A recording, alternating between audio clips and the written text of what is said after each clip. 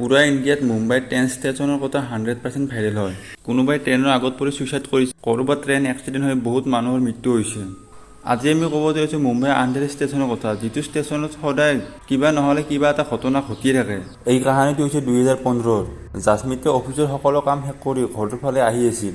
আহি থাকোঁতে দেখা পালে যে আন্ধেৰী ষ্টেচনত এজন সৰু ছোৱালীৰ লাশ পৰি আছে। আৰু সেই লাশটোৰ ওচৰলৈ কোনেও যোৱা নাছিল বা কোনেও সেইফালে ঘূৰিয়ে চোৱা নাছিল। সেই দেখি জাছমিতৰ বহুত বেয়া লাগিল।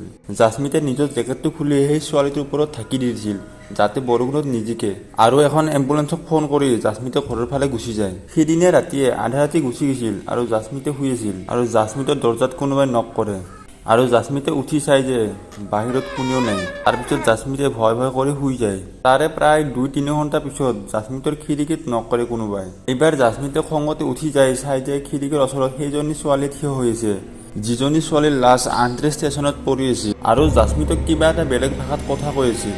জাছমিতে ভয়তে কঁপি উঠিছিল আৰু তাৰ কাৰণে জাছমিতে বহুদিন বেমাৰত ভুগিব লগা হৈছিল, আৰু ইয়াৰ কাৰণে জাছমিতৰ পেৰেণ্টছ ইণ্ডিয়াত আহিব লগা হৈছিল। তাৰপিছত জাছমিতৰ মা দেউতাকে আন্ধেৰী ষ্টেচনৰ কাষত থকা দোকানীবিলাকক সুধিছিল যে ইয়াত কিছুদিন পিছত এজন সৰু ছোৱালীৰ মৃত্যু হৈছিল নেকি, আৰু দোকানীয়ে কৈছিল যে নাইতো, ইয়াততো এনেকুৱা ঘটনা হোৱাই নাই।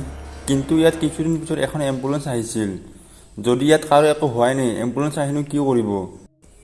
আৰু এই কথা শুনি জাছমিতৰ মা দেউতাকে বহুত চখ হৈ গৈছিল।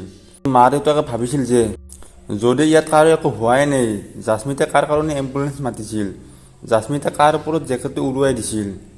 তাৰপিছত বহুত সোধা পোছা কৰাৰ পিছত গম পালে যে জাছমিতে যিজনী সৰু ছোৱালীক দেখা পাইছিল, সেইজনী ছোৱালীৰ মৃত্যু আজিৰ পৰা 10 বছৰ আগতে হৈছিল।